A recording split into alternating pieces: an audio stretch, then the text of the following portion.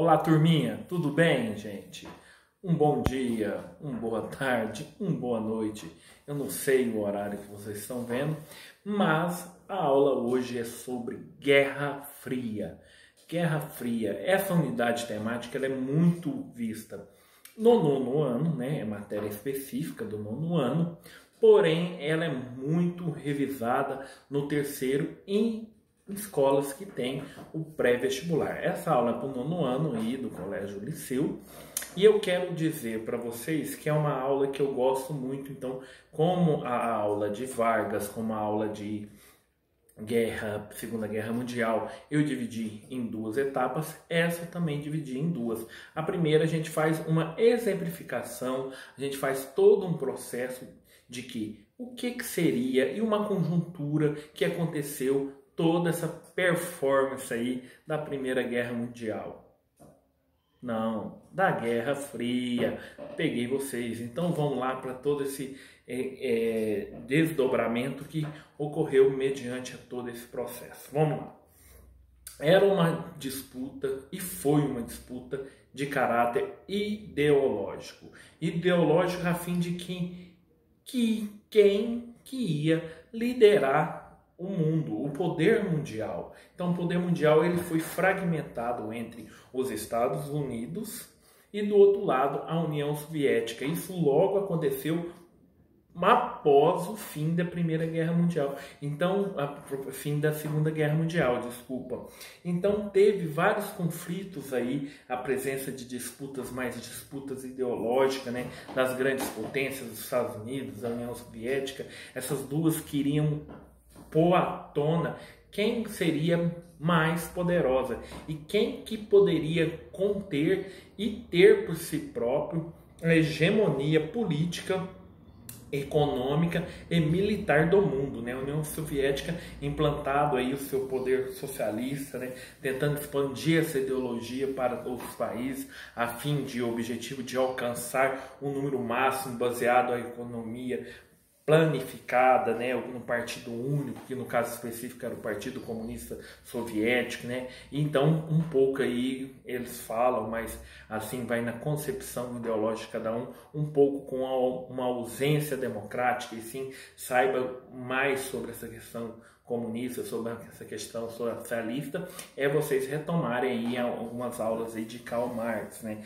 Alguns artigos aí específicos dessa unidade. Já os Estados Unidos constituíam aí uma potência ao contrário da União Soviética, com uma expansão capitalista, uma expansão relacionada aqui uma inspiração econômica de mercado, um sistema aí econômico pautado a democracia e também apoiada aí na propriedade privada, né? O Estado um pouco diminuído. Aí é um cerne que nasceu o Estado neoliberal, né? Então começa aí a dar os primeiros sinais de vida do Estado neoliberal. Então eram diferenças ideológicas e diferenças de sistemas. Então, se vocês perceberem todo esse esquema, e eu vou deixar o esquema aqui no vídeo, vou deixar o esquema nas plataformas, você tem assim, de um lado, um esquema mental de propriedade privada para os Estados Unidos, democracia para os Estados Unidos e capitalismo para os Estados Unidos, e as propostas divergem no seguinte na União Soviética: fim da propriedade privada, igualdade econômica e socialismo. Então você tinha pontos divergentes nessas duas grandes potências. E por que Guerra Fria? Todo mundo pergunta. Porque não houve conflitos diretos, né? O mais importante nesse contexto é que não houve aí conflitos diretos, conflitos de armamentos, aqueles conflitos que a gente já tem assim como importância de se analisar em conflitos mesmo de guerras, de luta armada, de corrida armamentista, de uniões. Então não teve. Para fazer esses exercícios da Guerra Fria, a gente tem que ver que essa foi uma divisão política entre o capitalismo e o socialismo, sendo que a separação ideológica que envolvia era mais pautada todo o sistema militar. Então não houve nenhum conflito dito armado, isso é muito importante. E contudo, influências a outros países, influencia outras revoluções, influencia conflitos armados em outras questões, não diretamente os Estados Unidos contra a União Soviética, né? Outros países que teve aí conflitos mais diretos, né?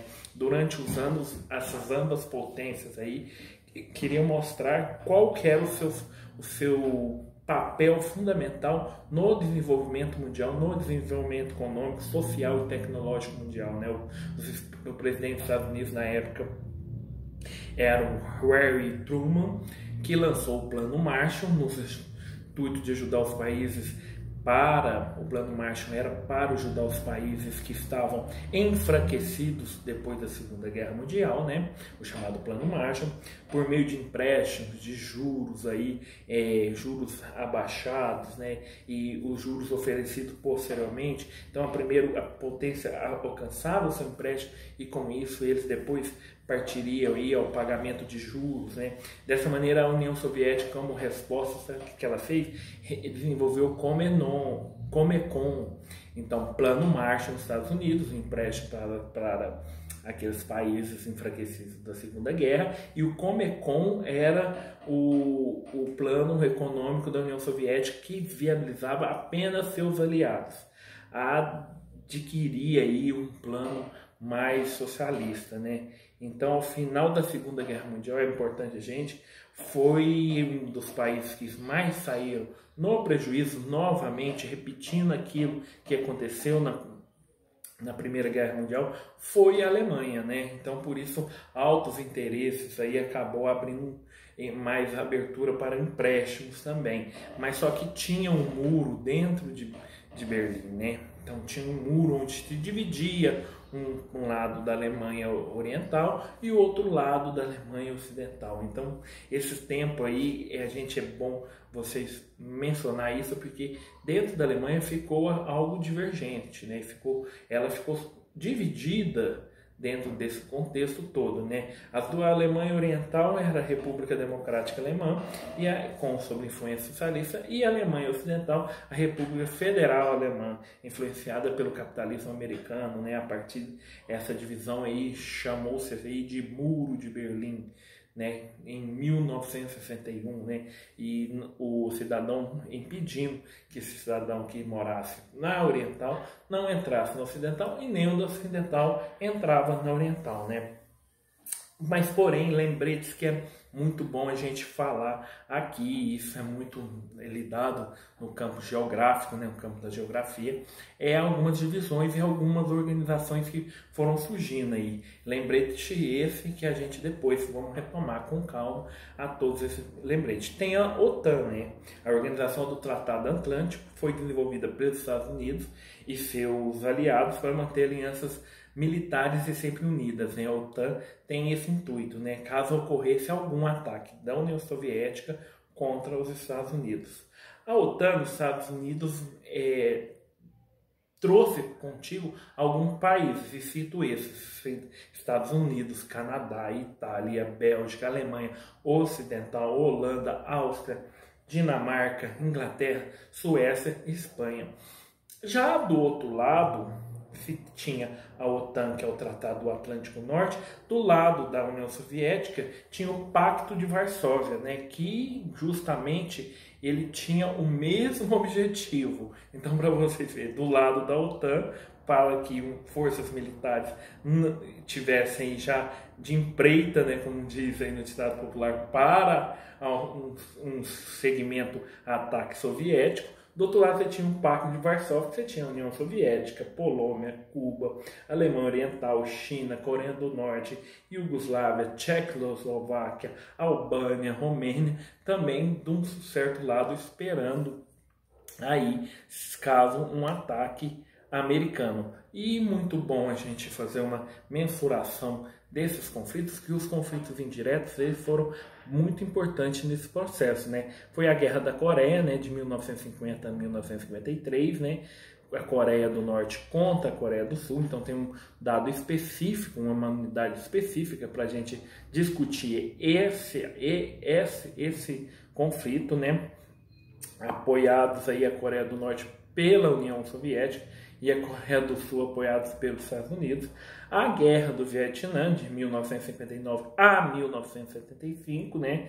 Vietnã do Norte pelos União Soviética e Vietnã do Sul pelos Estados Unidos, a crise dos mísseis em Cuba, né, é muito importante, em 1962, né, um movimento de maior tensão aí, e também a gente pode lembrar de 1979 até 89, então até também meados dos dias aí, nos anos 2000 também, a guerra do Afeganistão, né, então é muito importante, eu vou deixar todo esse esquema mensurado aí para vocês, né? E que é importante depois numa revisão e transcrita aqui no grupo.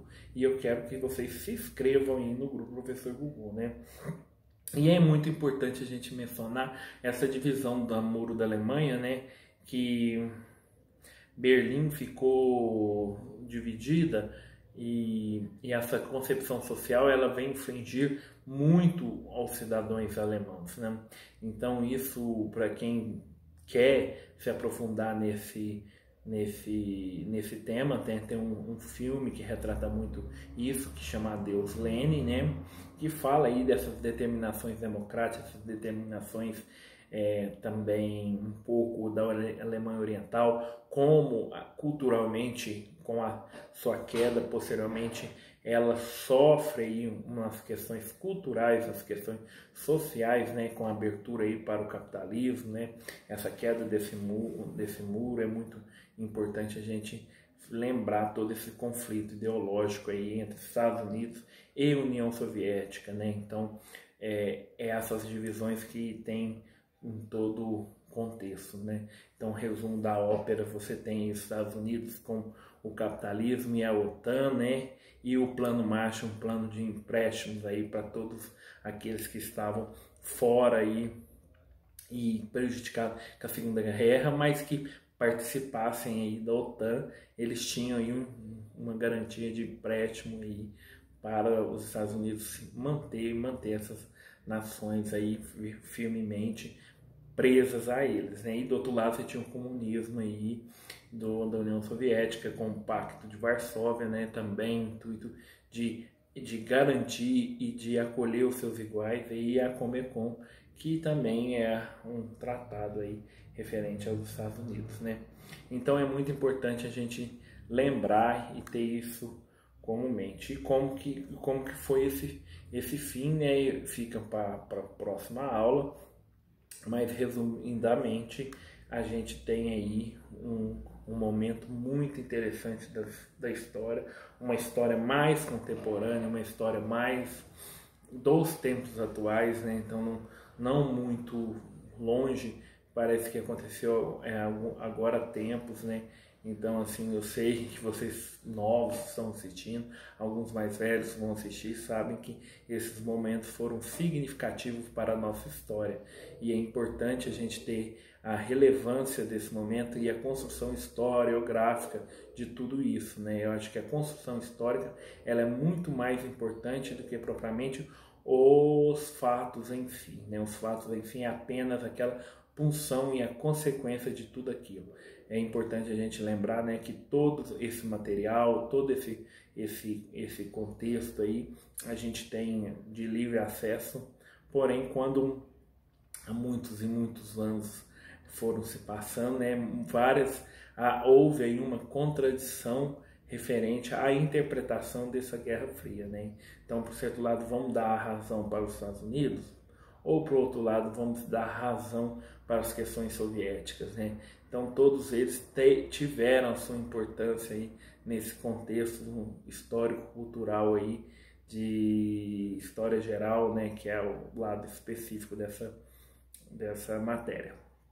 E essa primeira parte eu quis aí exemplificar e falar de todo esse processo, né? Tanto do lado soviético quanto também do lado dos Estados Unidos, né? Então é importante lembrar que apesar do antagonismo aí, todos eles tinham seus próprios interesses, né? Os seus interesses aqui, os interesses econômicos e principalmente o interesse pelo poder, pela manutenção do poder. Então o poder ele sempre foi algo de muito conflito, né? Mediante a esses países, tá?